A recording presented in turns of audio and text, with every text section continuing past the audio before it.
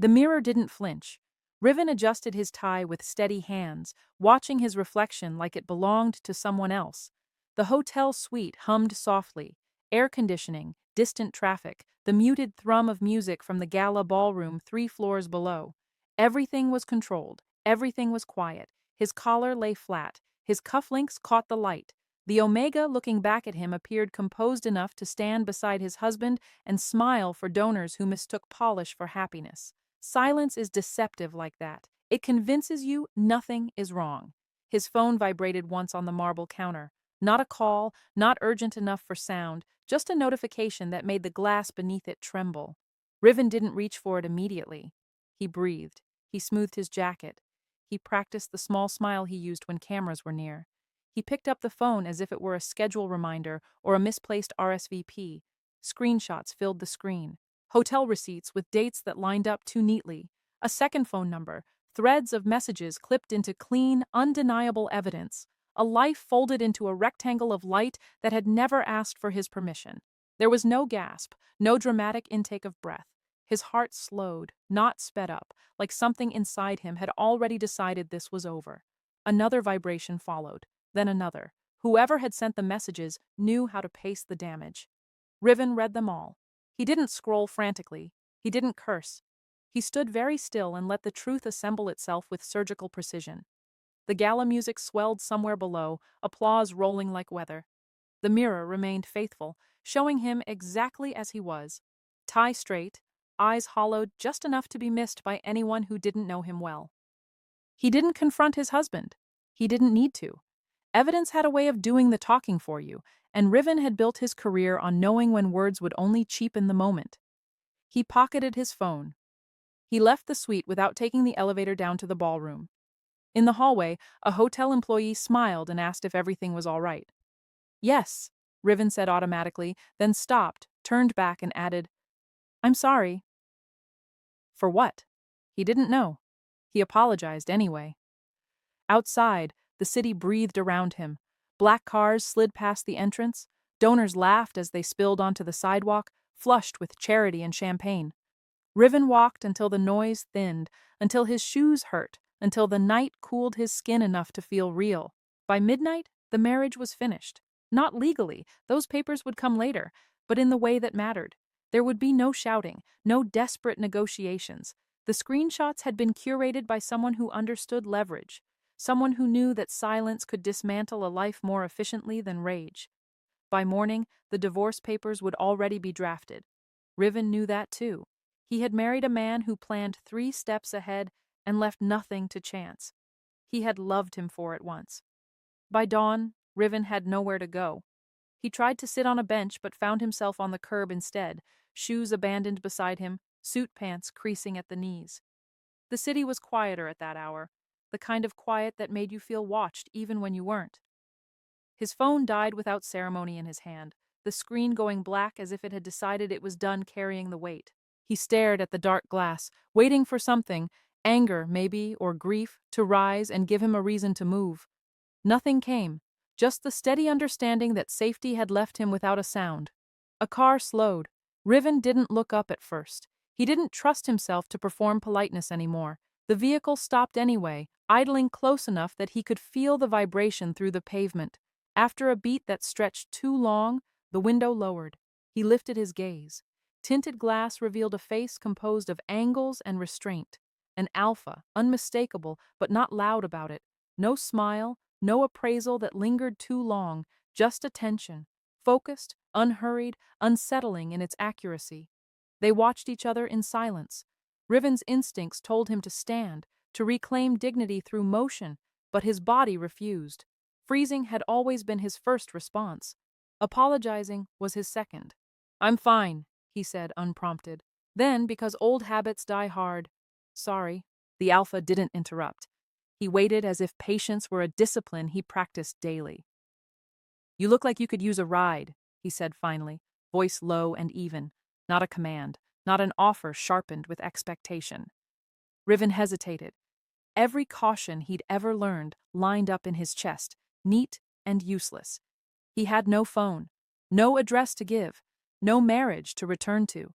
He weighed danger against the cold, and found himself tired of pretending he was in control. Just somewhere quiet, he said. Please. The Alpha nodded once. The door unlocked with a soft click. Inside, the car smelled faintly of leather and something warmer beneath it. Clean, restrained, the kind of presence that didn't crowd you unless it chose to. Riven sat rigid at first, hands folded, eyes on the city slipping past. He counted breaths. He told himself this was temporary. He told himself a lot of things. The driver didn't speak again until they reached a modest building tucked away from the main roads. No questions, no commentary.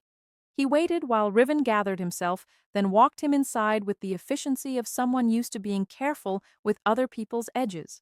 A spare room, fresh towels, a glass of water set within reach. The Alpha introduced himself quietly, Kalen Ward, and then, crucially, left. Riven lay awake listening to the hum of the apartment, cataloging the unfamiliar safety of walls that expected nothing from him. He slept in fragments, waking to the sense of being observed, then realizing it was only his own vigilance refusing to stand down. Morning light found him in the kitchen, still in yesterday's clothes, sipping coffee he hadn't brewed. Kalen moved around him with the same restraint he'd shown the night before.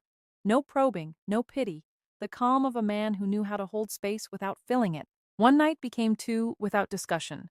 Routine replaced conversation. Keys on the counter, a blanket folded back into place. Kalen drove. Riven watched the city and planned his return to work, to the reputation that had survived the night intact, even if everything else hadn't. He told himself he would leave soon. On the third morning, he realized something that tightened unexpectedly in his chest. Kalen had never asked why he'd left his marriage. The thought followed him through the day, through the quiet tasks that filled the space where grief should have been. It wasn't kindness that unsettled him, it was the discipline of it. That night, as Riven passed Kalen in the hallway, the Alpha's gaze flicked to him and away again with practiced control. For a fraction of a second, something older stirred beneath the surface. Heat banked low, hunger leashed so tightly it barely made a sound. Riven felt it anyway, not as desire, not yet, as awareness, as the uneasy comfort of being seen and not touched. Kalen noticed the reaction. He turned, set his jaw, and chose to ignore it. Outside, the city pressed in close, unaware that something had shifted inside a quiet apartment where safety had begun to feel dangerous, precisely because it existed at all. If this story is already tightening something in your chest, don't look away yet. Stay with it.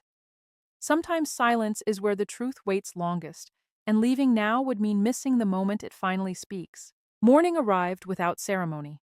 Riven woke to the sound of water running somewhere down the hall, the low, steady rush of a shower behind a closed door. The apartment smelled faintly of coffee and something cleaner beneath it. Linen, maybe, or the absence of clutter. He lay still, cataloging what he could hear, what he couldn't. No television, no music, no voices bleeding through thin walls, just controlled quiet. It unsettled him more than noise ever had.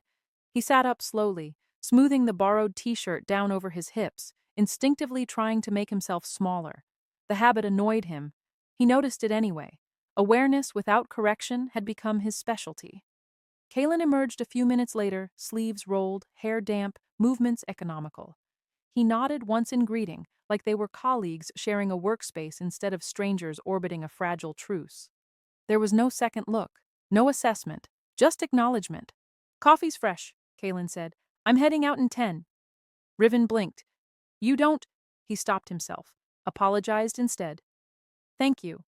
Kalen inclined his head and turned back to the counter. That was it. No follow-up. No implication that Riven owed him an explanation, a plan, a timeline. The Alpha didn't linger in doorways or fill silences with questions that pretended to be concern. He existed beside Riven, not over him. Safety arrived like that sometimes, quietly enough that you didn't trust it. Riven spent the day rebuilding himself in increments. He showered, he pressed his suit, he rehearsed the neutral face he would wear at work, the one that absorbed scrutiny without cracking. When Kalen returned in the evening, there was food on the counter and a folded blanket on the back of a chair, placed as if by habit rather than intention. Long day? Kalen asked, already turning away. Yes, Riven said, then paused. Sorry. Kalen stilled. just long enough to register the word. "You don't have to apologize for existing here," he said, not unkindly, and then he moved on. That night, Riven dreamed of doors that didn't lock, of rooms that rearranged themselves when he tried to leave. He woke with his heart racing and no clear reason why. The days settled into a pattern that felt temporary by design. Kalen left early, returned late. Riven worked, answered emails, took meetings that pretended nothing had changed. He told himself this arrangement would end as soon as he secured a short-term lease, as soon as the shock wore off, as soon as he felt less hollow. He told himself that often enough that it started to sound like a promise he was failing to keep. What he didn't tell himself, what he avoided naming, was how carefully Kalen managed distance, how he never brushed past Riven in narrow spaces, how he adjusted the thermostat before Riven thought to mention the cold, how the spare bedroom door remained open unless Riven closed it himself. It was consideration, without claim, and it made Riven's chest ache in ways he didn't trust. The inner wolf made itself known in fragments. Not a voice, not yet. Just pressure, like heat banked beneath skin, held back by something stronger than instinct. Riven would feel it when Kalen passed too close, a ripple of awareness that had nothing to do with attraction and everything to do with being noticed on a level he hadn't agreed to. He noticed before he wanted to. The realization came late one evening as they shared the kitchen without speaking. Kalen leaned against the counter, scrolling through his phone, posture relaxed but alert. Riven rinsed a mug, aware of the quiet stretching between them like a held breath. "Kalen?" he said, and stopped. The name felt heavier than it should have. "Yes?" "You never asked why I left," Riven said, not accusing, just curious in a way that made his pulse quicken. Kalen looked up then, really looked, and for a moment the restraint slipped just enough to reveal the calculation beneath. Not judgment, not hunger. Assessment.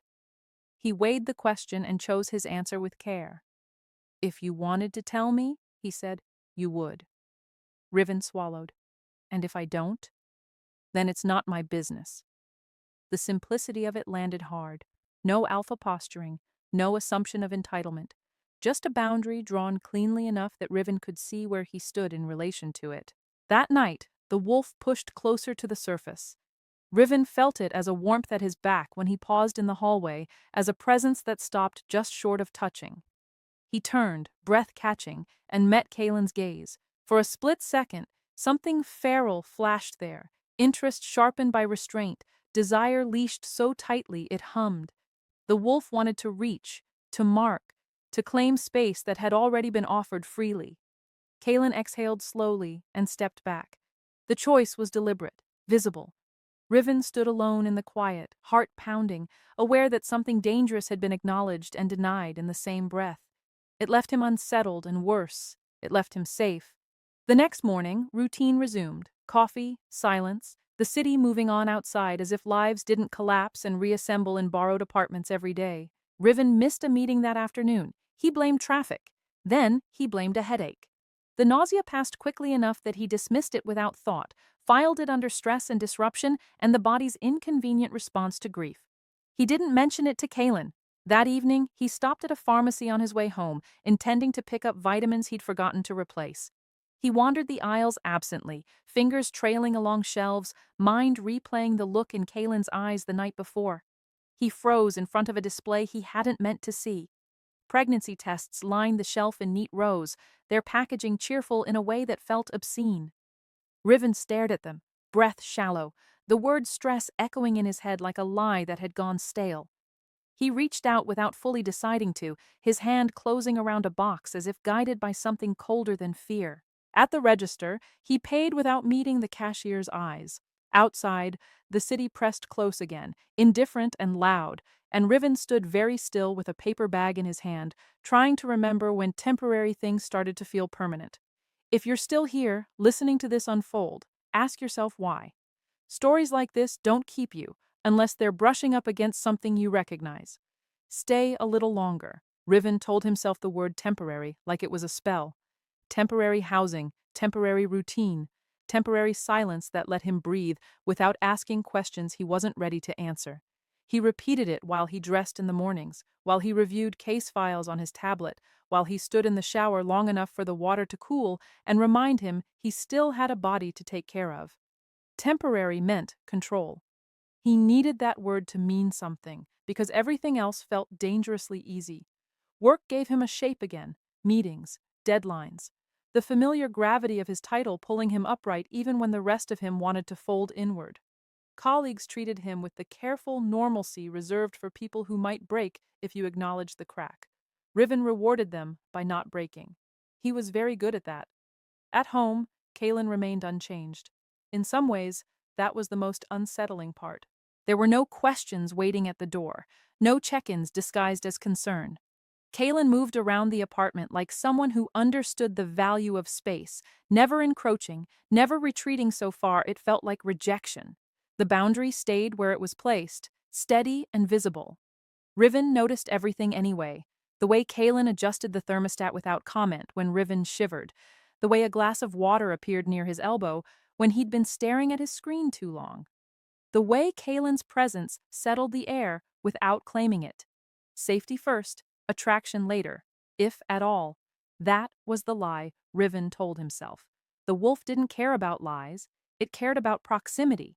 It grew louder in the evenings, pressing against the edges of Kalen's restraint like heat behind a closed door. Not words, sensation. Awareness sharpened to a fine point. Riven felt it when Kalen passed behind him, a subtle tightening in the room that had nothing to do with sound. He felt it when Kalen paused in the doorway, choosing whether to enter or leave, and decided to leave. Each choice landed like a hand not quite touching his skin. They ate together some nights, separate on others. Silence filled the space between them without turning hostile. It became its own language, shared, careful, intimate in a way that didn't ask permission. Riven hated how much he needed it. "I'll be moving out soon," he said one evening, the words slipping free before he could weigh them properly. Kalen looked up from his plate. Didn't argue, didn't ask when. "All right," he said, and returned to his meal. The lack of resistance felt like rejection, even though it was exactly what Riven had asked for. Later, alone in the spare room, Riven stared at the ceiling and wondered when wanting to stay had started to feel like a weakness he needed to correct. The nausea returned the next morning, sharper this time. He dismissed it with practiced efficiency, skipped breakfast, blamed nerves, promised himself it would pass. He had a briefing to lead, a reputation to maintain. Bodies, he believed, were inconveniences you managed until they behaved. Halfway through the meeting, the room tilted. It was subtle at first, a tightening behind his eyes, a wave of heat that didn't belong to the crowded conference space. He anchored himself to the table, nails pressing into polished wood, and finished his point without breaking cadence. Applause followed.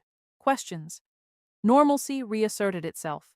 By the time he reached the restroom, his hands were shaking. He rinsed his face with cold water and stared at his reflection, cataloging symptoms like evidence. He didn't say the word pregnancy out loud. Naming things made them real, and Riven had already lost too much ground to reality lately. That evening, Kalen noticed. "You're pale," he said, not accusatory, just observant. "I'm fine," Riven replied automatically. "Sorry." Kalen's jaw tightened, just slightly. "You don't have to." "I know," Riven cut in, softer. He hated how often the apology surfaced before he could stop it. "I know." The wolf stirred, restless. It didn't like weakness. It liked threat, liked the idea of stepping between danger and the thing it wanted to keep safe. Riven felt the attention sharpen, felt Kalen's restraint flex to hold it back. "I'll make some soup," Kalen said after a moment, turning toward the kitchen. A decision framed as routine. Riven watched him move, aware of the way his body responded to presence rather than touch. Wanted without being claimed. Protected without being trapped. The combination was intoxicating in the most dangerous way. That night, Riven dreamed again. This time of a room that warmed when he entered it, walls adjusting to his breath, a presence behind him that waited instead of reaching. He woke with his heart racing and the taste of fear and comfort tangled together on his tongue. The pharmacy bag waited where he'd hidden it, folded into the bottom of his work tote like a secret that had learned patience.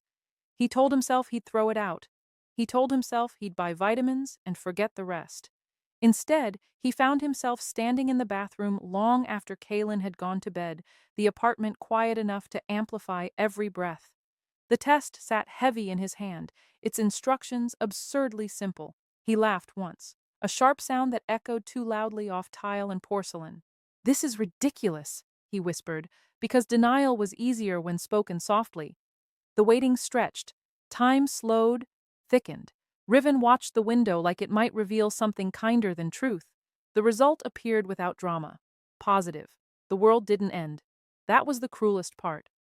Riven sank to the floor, back against the cabinet, and laughed again until the sound broke apart into silence. His hands shook, then stilled, then pressed flat against his thighs as if grounding himself might change the outcome. He sat there until the bathroom light felt harsh and invasive, until dawn hinted at itself beyond the frosted glass. When he finally stood, his legs felt like they belonged to someone else. He hid the test in the trash beneath layers of paper, an act that felt both futile and necessary. He washed his hands for too long. He rehearsed the neutral face again, the one that carried him through courtrooms and contracts and endings that required composure. In the kitchen, Kalen moved quietly, already awake. The wolf sensed the shift before the man did, awareness snapping to attention like a leash pulled taut. Riven avoided his eyes. "I have an early start," he said, voice steady. "I'll be late." Kalen nodded. No questions. As Riven left the apartment, the sense of being watched followed him down the hall, protective and dangerous all at once. He pressed the elevator button and waited, heart pounding, wondering when temporary had stopped being a choice and started being a lie he told himself to survive. The test was still there in the morning. Riven hadn't expected it to disappear. He wasn't that naive, but some part of him had hoped sleep would soften it, blur the certainty into something negotiable. Instead, the truth waited with patient indifference, folded into the bottom of the trash where he'd hidden it, as calm and uncompromising as a verdict. He didn't retrieve it. He didn't need to. His body had already decided to cooperate with reality. Nausea rolled in waves that had nothing to do with nerves. His senses sharpened, sounds landing too loud, light pressing against his eyes. He moved through the apartment quietly, careful not to disturb Kalen's routine, careful not to invite questions that would require answers he didn't have yet. He left early, citing a meeting he didn't attend. The city felt different now, closer, more intrusive. Every passing alpha set his instincts humming, not with attraction, but with awareness. Vulnerability had a smell. Riven hated that he knew it. He spent the morning pretending to work, staring at documents without reading them, fingers hovering uselessly over keys. His reflection in the darkened monitor looked composed enough, but his hands betrayed him, shaking just slightly when he reached for his coffee. By noon, denial had exhausted itself. He sat in a private clinic 2 blocks from his office, posture perfect, face neutral, listening as a nurse explained timelines and options in a voice designed to soothe without inviting attachment. Riven nodded in all the right places. He asked the correct questions. He did not ask the one that burned behind his teeth, how to make it stop. "Congratulations," the nurse said softly, as if the word were inherently kind. Riven smiled reflexively. "Thank you," he replied, because that was what polite people did when handed life-altering news they hadn't requested. The confirmation felt heavier than the test. Official. Documented. Real in a way that could no longer be tucked into the bottom of a bag and ignored. He walked back to work in a fog, the afternoon passing in fragments. By the time he returned to the apartment that evening, exhaustion had settled into his bones, a deep weariness that made thinking feel like lifting weight. Kalen was there, jacket draped over a chair, sleeves rolled as he prepared dinner. He looked up as Riven entered, eyes scanning him with practiced precision. "You're late," Kalen said. "I know." Riven set his bag down carefully, as if it might break. "Sorry." Kalen's gaze lingered, not accusing, assessing. The wolf stirred, a low thrum of awareness that sharpened at the edges of Riven's scent. Something had changed. The alpha felt it immediately. Riven didn't sit. He didn't trust his legs. "I need to tell you something," he said, and the room seemed to contract around the words. Kalen turned off the stove, faced him fully. He didn't rush. He waited. "I'm pregnant," Riven said. The sentence landed without flourish. No trembling confession, no build-up, just fact delivered cleanly, the way Riven handled most irreversible things. Kalen went very still.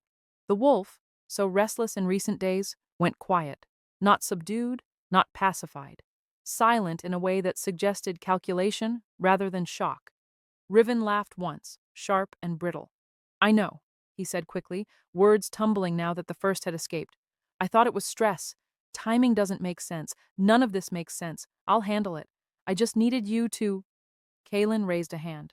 Not to stop him, to slow him. When? Kalen asked. Today, officially. Another pause. Kalen nodded once, as if confirming something he'd already begun to consider. There was no anger, no accusation, no demand. That absence terrified Riven more than any raised voice could have. You don't have to do anything, Riven added, heart racing. I'm not asking. I know, Kalen said. Silence settled again, heavier now, charged. The wolf remained withdrawn, its presence a looming absence that pressed against Riven's nerves. Kalen's control was absolute, and that more than anything made Riven uneasy. What are you thinking? Riven asked, unable to stop himself. Kalen's gaze met his, steady and unreadable. Protection. The word echoed, cold and practical, not comfort, not love, protection. Riven's chest tightened. I didn't ask for. I know, Kalen repeated, but it's not optional anymore. That was when fear found its footing. The days that followed moved too quickly, as if the world had accelerated without waiting for Riven to adjust. Appointments appeared on his calendar, prenatal consultations scheduled at clinics he hadn't chosen, a housing application approved for an address that overlooked a park instead of a street, a security detail introduced as if it were a minor convenience. Kalen presented each change calmly, framing decisions as solutions to problems Riven hadn't voiced yet. You don't have to stay, Kalen said more than once. You have options. Riven looked at the locks, the discreet presence of security, the way doors required clearance now, and wondered when options had become theoretical. I can handle myself, Riven said, frustration bleeding through his control. I know, Kalen replied. That's not the point. The wolf stirred, restless again, its attention trained outward now, scanning for threats Riven couldn't see. Protection sharpened into something closer to possession, though Kalen never used the word. Fear works best when it sounds reasonable. Riven tested the boundaries one afternoon, attempting to leave alone for a walk he'd taken 100 times before. A guard stepped into his path politely, apologetic even, explaining procedures with professional detachment. Riven returned inside, hands shaking, the realization settling cold in his gut. That evening, he confronted Kalen. This isn't safety, Riven said, voice low. It's a cage. Kalen listened without interrupting. When Riven finished, he spoke carefully. The outside world doesn't care about your autonomy, he said. It cares about leverage, about how to apply pressure where it hurts. My ex-husband, Riven said. Kalen nodded. Among others. The truth reframed everything. Protection wasn't about control for its own sake. It was about anticipating harm and closing exits before danger could reach him. That didn't make it easier to swallow. The night Kalen canceled his work commitments without explanation, Riven knew something had shifted again. The alpha's focus narrowed, the wolf's silence returning with a weight that pressed against the walls. We need to talk, Kalen said, voice even. Riven braced himself. About what? He asked. Kalen met his gaze, restraint coiled tight beneath his calm. Protection, he said again. What it means, and what it costs. The changes didn't announce themselves. They settled in quietly, like furniture rearranged while you were asleep. Riven noticed them first in the margins of his day. A new clinic closer to home, its name unfamiliar, already expecting him. A driver waiting downstairs when he left for work, introduced with professional politeness and no room for refusal. The apartment keys in his pocket replaced by a card that tracked comings and goings with indifferent precision. Kalen never framed any of it as an order. I made arrangements, he said, as if that explained everything. You're free to decline. Riven learned quickly that declining only rerouted the outcome. The doctors were strongly recommended, The housing was already approved. The security was temporary until things stabilize. Stabilize. The word sounded benign, reasonable. It pressed down on Riven's chest anyway. He tried to keep his footing by focusing on what he could still control: work, language, tone. He prepared briefs, led meetings, corrected junior associates with the same measured calm that had earned him respect long before his marriage ever existed. His reputation remained intact, a testament to how well he'd learned to compartmentalize pain. At home, the locks multiplied. They were discreet. No bars on windows, no alarms that screamed control. But Riven felt them in the way doors hesitated before opening, in the pauses where permission seemed implied. He felt them in the guards who greeted him by name and apologized when they had to say no. "I just want to walk," he said one afternoon, irritation threading his voice. "Alone." The guard's smile didn't waver. "I can have a car ready in 2 minutes." "That's not what I asked." "I know," the man said gently. "I'm sorry." Riven turned back inside, the apology landing heavier than refusal ever could. He confronted Kalen that evening, standing across the kitchen island that had become a quiet border between them. Kalen listened with the same stillness he brought to everything else, eyes attentive, posture open. He didn't interrupt. He waited until Riven had spent his anger and was left with the thin edge of fear beneath it. "You're controlling my life," Riven said, finally. Kalen shook his head once. "I'm limiting access to you." "That's the same thing." "It isn't," Kalen said. "Control is about obedience. This is about risk." "Whose?" Riven asked. "Ours," Kalen replied without hesitation. The wolf stirred at the plural, a low thrum of agreement that pressed against Riven's awareness. He hated how easily his body responded to the implication of shared ground. "You don't get to decide what I can handle," Riven said, softer now. Kalen's gaze sharpened. "I know exactly what you can handle," he said. "I'm deciding what you shouldn't have to." The distinction was dangerous. It wrapped itself in care and called itself necessary. Lawyers entered the conversation next, their presence a reminder that safety had a legal dimension Riven couldn't afford to ignore. Kalen presented the consultations as options, outlining scenarios with calm efficiency: custody disputes, morality clauses, the way power could be wielded quietly through paperwork and precedent until resistance became untenable. "Your ex-husband won't move loudly," Kalen said. "He'll move correctly." Riven felt the truth of that settle in his gut. Elric had always preferred clean cuts, reputation over revenge, control through compliance. "And you think this is the answer?" Riven asked. "I think this buys time," Kalen said, "and leverage." The word made Riven flinch. He recognized it too well. Sleep became difficult. Riven lay awake, listening to the building settle, to the distant sounds of security moving through routines designed to keep him safe. His body reacted in ways he didn't entirely trust: heat pooling low, instincts sharpening in response to the alpha presence that now surrounded him like a perimeter. The wolf never spoke. It watched. Riven tested the boundaries again a week later, choosing a moment when Kalen was out, the apartment quiet enough to feel abandoned. He took the stairs instead of the elevator, heart pounding with a mix of defiance and dread. The door at the bottom opened easily enough. Outside, the air felt sharper, colder. Freedom tasted like exhaust and rain. He made it half a block before a car rolled up beside him, matching his pace. The window lowered. The driver didn't need to explain. "I need you to come back inside," he said politely. Riven laughed, a sound that surprised him with its bitterness. "Or what?" "Or I call Mr. Ward," the driver replied, not threatening, just factual. Riven turned around. When Kalen returned that night, Riven was waiting. "I'm not a liability," Riven said, voice steady despite the tremor beneath it. "I'm a person." Kalen absorbed the words, jaw tightening. "I know," he said. "That's why I'm doing this."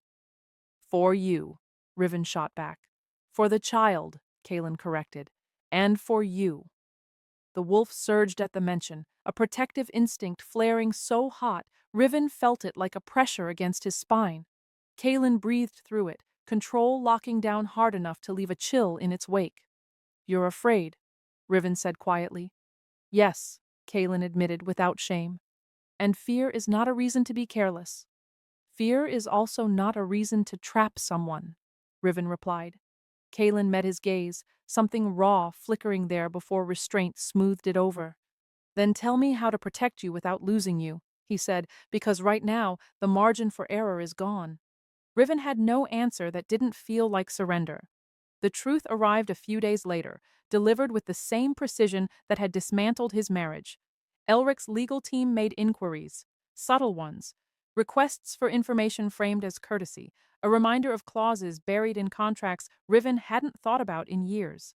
Kalen laid it all out on the table that night, documents spread between them like a map of consequences. He could challenge custody, Kalen said, not because he wants the child, because he wants leverage. Riven stared at the papers, anger sharpening into something colder. He wouldn't win. He wouldn't have to, Kalen said. He'd only have to make you bleed long enough to feel it. The room felt smaller. That's why the security, Kalen continued, the lawyers, the doctors. I'm closing doors he might try to use. Riven understood then, not just the strategy, but the cost. Safety in Kalen's world was something you enforced, something you maintained through restriction and vigilance. Freedom was a risk he wasn't willing to take. And me? Riven asked. What do I get to choose? Kalen's answer came after a pause that stretched just long enough to hurt. You choose whether to stay, he said. Everything else is about survival. Riven looked around the apartment, at the quiet order that had replaced chaos, at the walls that kept danger out and him in. He pressed a hand to his abdomen, feeling nothing yet, just the idea of life rearranging the boundaries of his own. He didn't leave, not because he was convinced, not because he agreed, because stepping outside without protection felt like handing his future to someone who had already proven how easily he could be erased. The realization settled heavy and irreversible. Safety, once offered, was hardest to refuse when the alternative looked like punishment. And Kalen knew it. Riven had always believed betrayal announced itself. A raised voice, a slammed door, a moment so unmistakable it split life cleanly into before and after. He'd prepared himself for that kind of ending. He hadn't prepared for the quieter kind, the one that smiled, shook hands, and planned 3 moves ahead. Elric Vaughn had never been careless. The realization arrived slowly, threaded through documents Kalen placed on the table with methodical precision. Bank transfers disguised as consulting fees, shell companies nested inside one another like dolls, each shielding the next. Clauses in Riven's marriage contract that hadn't been accidents but instruments, sharpened and waiting. The affair hadn't been an impulse. It had been infrastructure. Riven sat very still as the picture assembled itself. Elric's infidelity wasn't the fracture in their marriage. It was the exit strategy. A way to replace Riven cleanly, to invoke morality clauses that stripped assets and credibility while preserving Elric's own standing. Public sympathy for the wronged Alpha. Quiet exile for the Omega who'd failed to keep his home intact. He planned this, Riven said, voice flat. Yes, Kalen replied, and I never saw it. Kalen didn't correct him. He didn't soften the truth. You trusted the structure, he said. He trusted leverage. The pregnancy changed the calculus. What had been a clean dismantling became an opportunity. Elric's inquiries grew sharper, his representatives more persistent. Requests framed as concern, questions that pretended to be about well-being while circling custody like sharks testing a perimeter. Riven recognized the tactic too late. Power didn't need to shout. It only needed to wait until you were vulnerable enough to comply. Kalen stopped waiting. The shift was subtle at first. Meetings canceled without explanation, calls rerouted.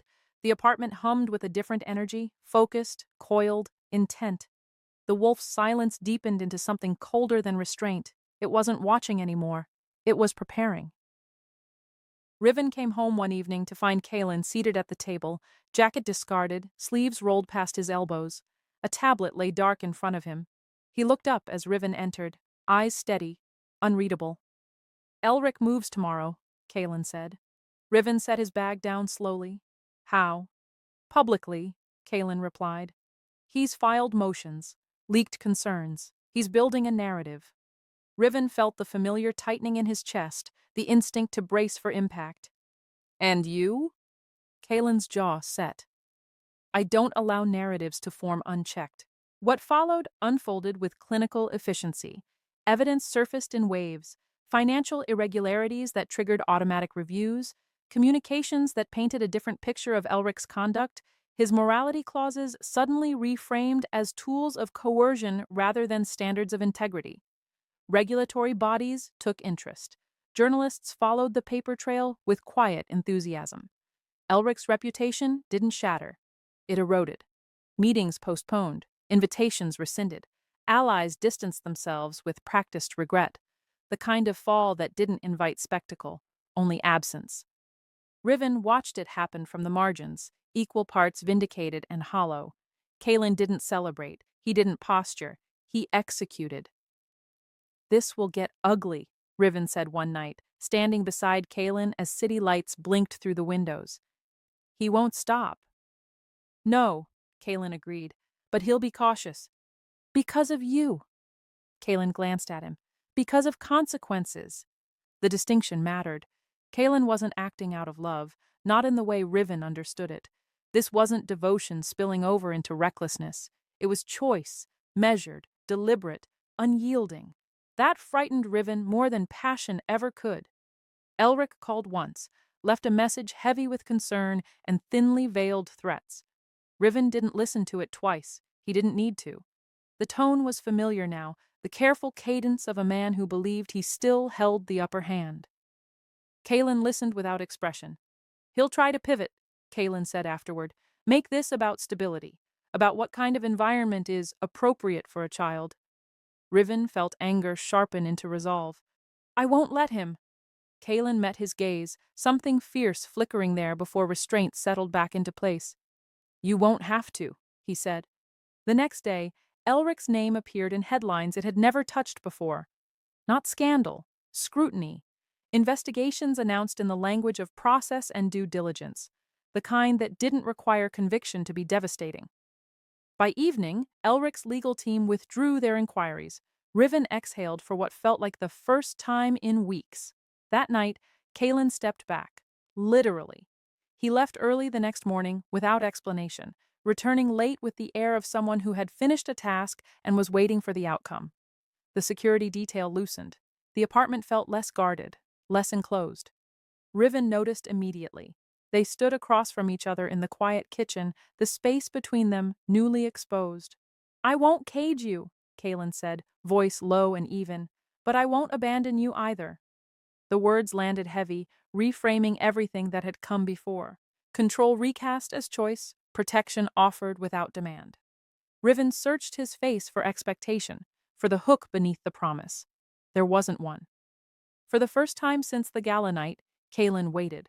And Riven realized the most dangerous thing about power wasn't how it restrained you, but how it stepped aside and asked what you would do without it. B. The absence was louder than the restrictions had ever been. Riven noticed it first in the mornings. No driver waiting downstairs.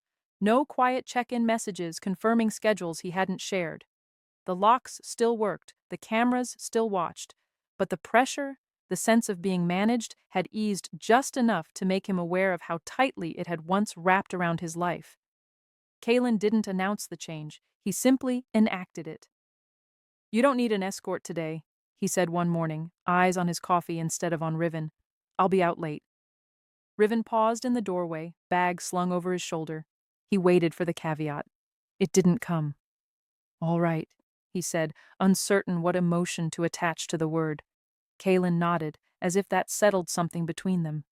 The choice sat heavy in Riven's chest all day. He walked to work alone, the city sharper without the buffer of protection, every passing alpha registered as potential, every glance lingering a beat too long. Fear threaded itself into his steps, but beneath it was something else. Relief, thin and trembling, like the first breath after surfacing. At the office, his focus sharpened. Control returned in familiar ways, arguments built cleanly, strategy unfolding with precision. He reminded himself who he was when no one was guarding his perimeter. The reminder steadied him more than he'd expected. That evening, the apartment felt different again. Kalen was there, but not anchored in the space the way he had been. He moved through rooms without adjusting them to Riven's needs, without anticipating. It was intentional. Riven recognized the discipline in it, The same discipline Kalen applied to everything else. You don't have to do this, Riven said, unable to let the silence stretch unchallenged. Kalen looked up. Do what? Step back, Riven replied. I didn't ask you to change how you. I know, Kalen said. This isn't for you. That landed harder than accusation. Then for who? For me, Kalen answered. I need to know where the line is when I'm not holding it. Riven's throat tightened. Trust, he realized, was terrifying not because it invited betrayal, but because it required you to stand without armor and decide anyway. They shared meals again without the weight of surveillance pressing down on the table. Silence returned to its earlier shape, careful, attentive, charged with things neither of them named. The wolf lingered at the edge of awareness, watchful but restrained, its hunger tempered by the new uncertainty. One night, Riven reached for a glass on the counter at the same moment Kalen did. Their fingers brushed. The contact was brief, accidental. It sent a jolt through Riven's body that had nothing to do with heat and everything to do with recognition. Kalen froze, breath catching just enough for Riven to notice. Neither of them moved. Kalen withdrew first, stepping back as if the distance itself were a promise. Riven's pulse hammered, the absence of touch louder than any claim could have been. I'm not going to decide this for you, Kalen said quietly. Whatever happens next. Riven nodded, unable to trust his voice. The next morning, Riven stood in the spare room, suitcase open on the bed. His belongings were already folded inside, neat, deliberate, ready for departure. He stared at them for a long moment, cataloging the weight of each choice represented by each item. Leaving would be clean, logical, safe in its own way. Staying would be something else entirely. Riven closed the suitcase halfway, then stopped. He sat on the edge of the bed, hands resting against his abdomen, feeling the subtle shift inside him that still didn't quite feel real. For the first time, the decision wasn't being framed by fear or protection or strategy. It was simply his. When Kalen returned that evening, the suitcase was still there, unmoved, unfinished. Riven met his gaze across the room, eyes steady despite the uncertainty tightening his chest. He turned back to the bed and began unpacking. Kalen didn't speak. He didn't cross the distance between them. He watched, something like relief and restraint warring quietly behind his eyes. Riven felt it settle then, the knowledge that staying wasn't surrender if it was chosen freely. And that choice, once made, couldn't be taken back. Staying changed the temperature of the apartment. Not immediately, not dramatically. It happened in increments, small recalibrations that only made sense in retrospect. The driver didn't return, but the building concierge learned Riven's name. The security presence thinned into something less visible, less insistent. Doors opened when he reached for them. Locks stayed quiet. Boundaries didn't vanish. They were redrawn. Riven noticed the effort in the way Kalen asked before adjusting anything that affected him. The thermostat stayed where it was, unless Riven mentioned the cold. Appointments appeared only after discussion, dates circled with a question instead of a conclusion. Consent replaced assumption so thoroughly that Riven caught himself bracing for pressure that never came. It was unsettling, learning how to relax. They talked more, though not about the things that hovered closest to the surface. Logistics, first. Schedules, expectations, what protection would look like if it didn't resemble a perimeter. Kalen listened without interrupting, the wolf quiet but attentive, its presence like a shadow that moved only when necessary. Partnership took shape in the practical spaces. Kalen accompanied Riven to appointments when invited and waited in the car when he wasn't. He asked questions meant to clarify, not to corner. Riven found himself explaining legal strategy over dinner, outlining how reputations recovered and where they never did. Kalen absorbed it all, storing information with the same discipline he applied to everything else. The balance felt fragile, real. There were days when Riven's body reminded him of the cost of change, fatigue that settled deep, nausea that returned without warning. On those days, Kalen's restraint shifted into presence, quiet and steady. A glass of water placed within reach, a chair pulled out before Riven realized he needed to sit. No commentary, no claim.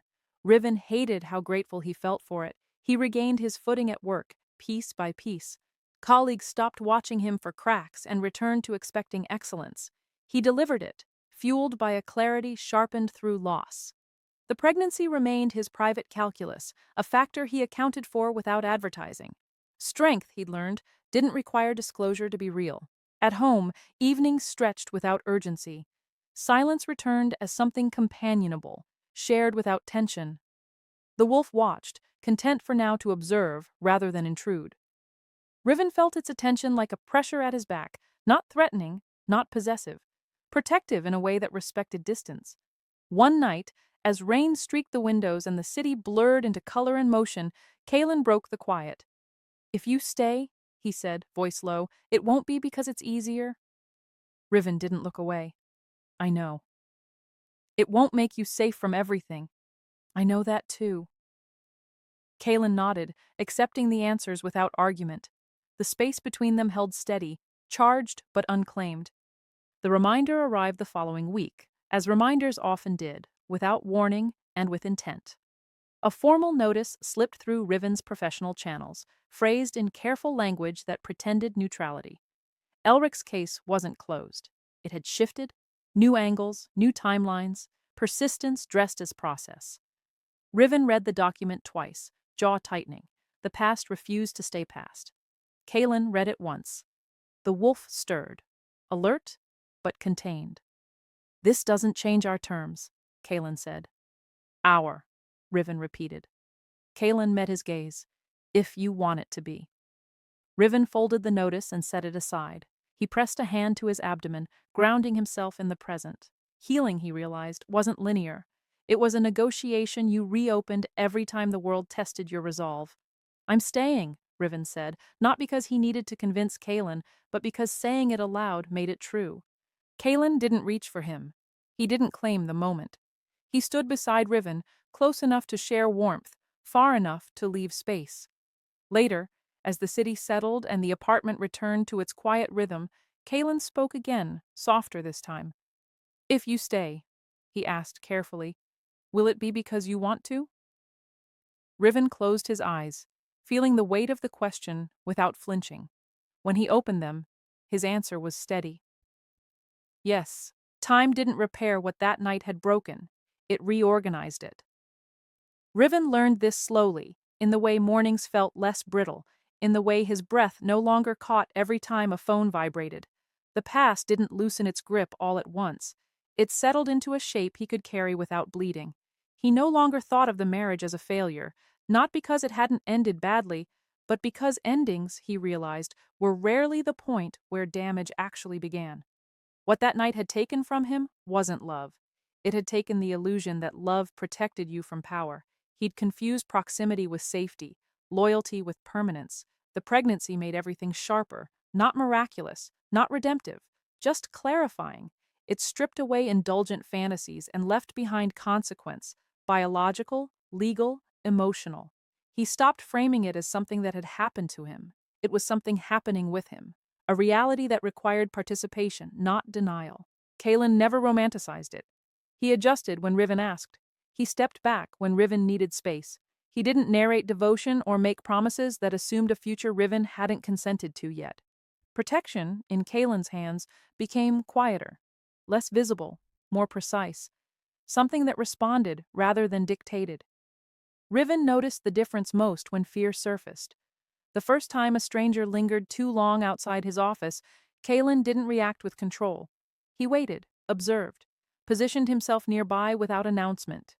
The threat dissolved on its own, and Kalen said nothing about it afterward.